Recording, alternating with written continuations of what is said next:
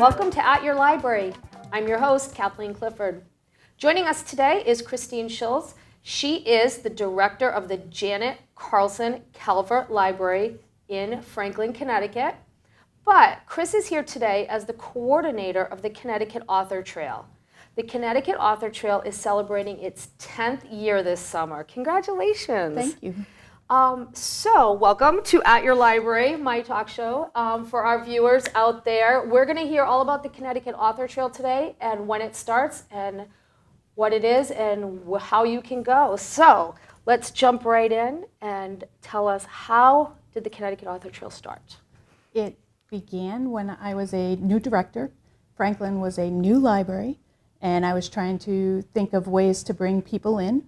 And one of the things was by having authors come in.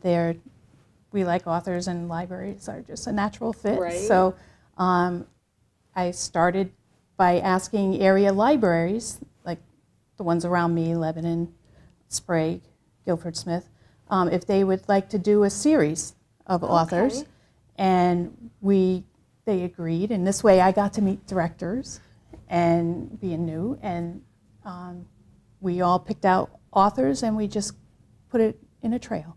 So it started out with 12. Okay, 12. 12 libraries. And it's kind of neat because here in Connecticut, with your library card, you can visit any library in our state. Correct. So this is a really good opportunity for people to visit other libraries also. Yes. And it brings in people. All libraries have something special. And either it's the build-in architect, it's the just the programs that they offer, and this was a way to bring people in and cool off during a hot summer night. Nice. So this year's kickoff is July 10th. Yes. And it's At my library in Franklin. And it's at the Franklin Library, yes, which I think is a natural start. Yes. How many libraries do you have participating this year? This year we have 30. 30, so from 12 to 30 in 10 Yes. years. So how has the trail grown over those 10 years? How has it? Well, first it started with support from my friends of the library for the Calvert Library. When I told them what I wanted to do, they said, go for it. They're very supportive of the trail. And then as I went around to different libraries and started meeting more librarians and talked about it, and word of mouth between the libraries, it just kept growing. And this year we added 3 new libraries. Really? Yeah, and we have, it's not just public libraries, it's also college. We have Quinnebog Valley. Okay. And we have Norwich Free Academy joined us this year. Oh, a school too. And a school, yeah. So this is basically a young adult trail. Okay. We're thinking of doing a kitty cat trail in maybe the fall or next year. Okay, where it's so children's something to authors. plan on in the future. Yeah. Because Mohegan Sun has been with us from the beginning. They supported us when we asked for help, and they have always helped us, and now they always give us the cabaret theater. So they were very big in helping us get authors for the trail. Very nice. And it's been nice, and now we talk with the authors who join different clubs and things, and they pass them, they come to us. Oh, okay. So, So one of the big parts of the Connecticut Author Trail for not the authors, but the people attending, is the passport program. Yes. So let's find out what it is, how you can get involved, and how it works. okay. Our passport is similar to this. Okay. This year we have our special logo that we're doing. What this has in it is basically everything that you would need to know to travel along the trail. Oh, okay. So there's map. a map. Okay. We have each library in order of appearance, Okay. authors, and it tells a little bit about them. It has the name, the time, and the place. And as you go through, you get your passport stamped in the back. We have a stamp area. And So at each event, each library will have a stamp. We'll have a stamp there. Okay. So you go there and you get it stamped. And at the end, in the finale, we have some special treats that are going to be happening. But as you go along, the passport is very important. It also tells a little bit about why we started and who's there. We have our supporters list. Oh, excellent. And I'm sure you need to have support to make an event like this. We do, and without these people, we wouldn't really have a trail, because everything wonderful. is free. Everything that we do is free. So that was going to be a next question for you is what is the cost for this? Nothing. So anybody can attend any event at any library free of charge? Correct.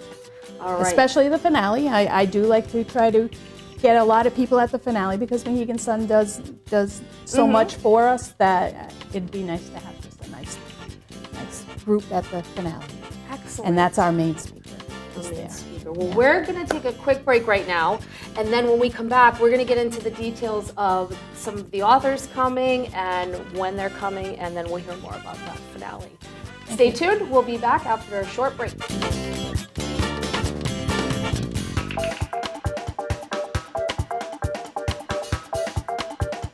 I've been delivering Meals on Wheels to Leon for 13 years. It's always a pleasure to see you. Leon has definitely inspired me to put more into my relationships. He really cared for his wife, who was ailing for quite a while, in such a touching way that inspired me to be a better person. Drop off a warm meal and get more than you expect. Volunteer at americaletsdolunch.org. America, let's do lunch. We believe that when the community comes together, we can do great things. We're working to make Groton the healthiest and safest place for everyone. Hey kids, listen to your parents. We want you to have the facts and the best tools to keep you safe. We know there is a lot of confusing talk about drugs in the media. Parents, we know you have a tough job to do, teaching your kids about alcohol and drug abuse. We're here to help you. Let's work together to change community norms about drugs and alcohol. Help us out. Volunteer. Donate. Find us at Groton Prevents and join us. We just finished dinner and it was time for homework.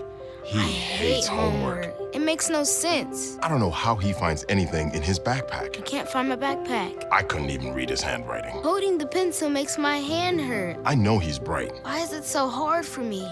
He's just trying gotta as try hard a as little harder. I can. When you can see learning and attention issues from their side, you can be on their side. Go to understood.org, a free online resource with support and tools to help your child thrive.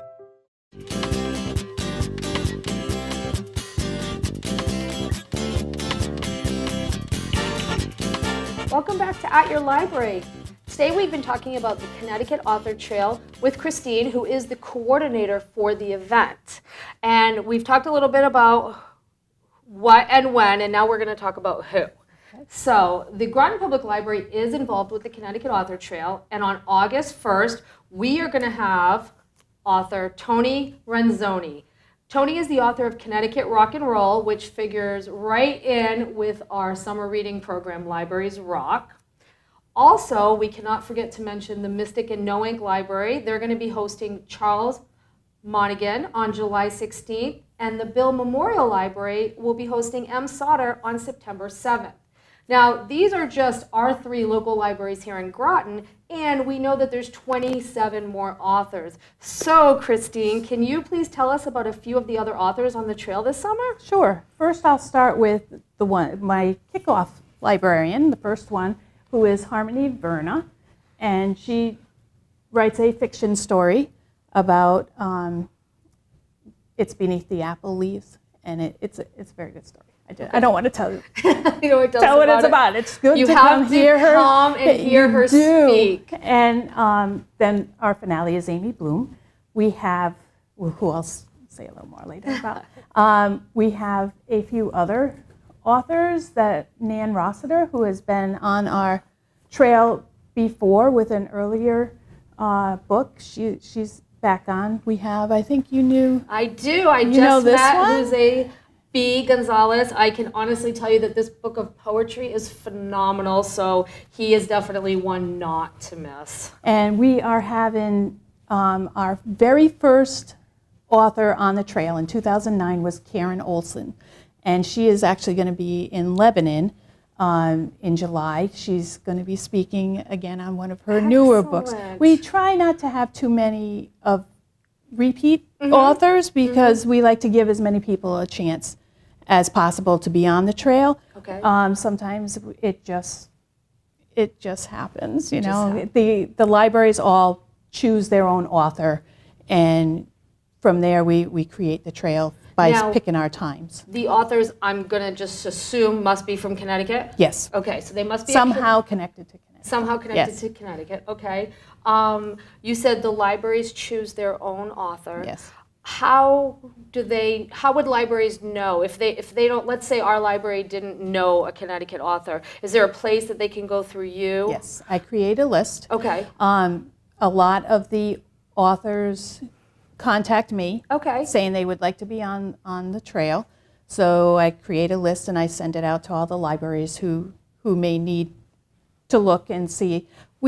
Libraries always have authors coming to us and asking if they could do a talk. Right. So a lot of times they network that way. At the finales, I usually invite all the authors that were on the trail, so libraries can also talk to them and try to get more programs that way for other times of the year. Oh, excellent. So it's a complete system of networking authors and libraries throughout Connecticut. Absolutely. Yeah. And I know, like, me personally, I'm a huge author person. I think books are amazing. I think authors are wonderful. Me too. And giving me a plan for the summer of 30 different authors that I can pick and choose from is very, very exciting. Now, you said you had 30 this year. If you needed to grow, can you? Yes. I already have another library who wants to be on it next year. All right. So basically, if you're a library, if you have enough libraries, you can match the authors with them. Yes. So any libraries out there that would like to be part of the Connecticut Author Trail next year, you can contact Christine. Where can you find the information specifically?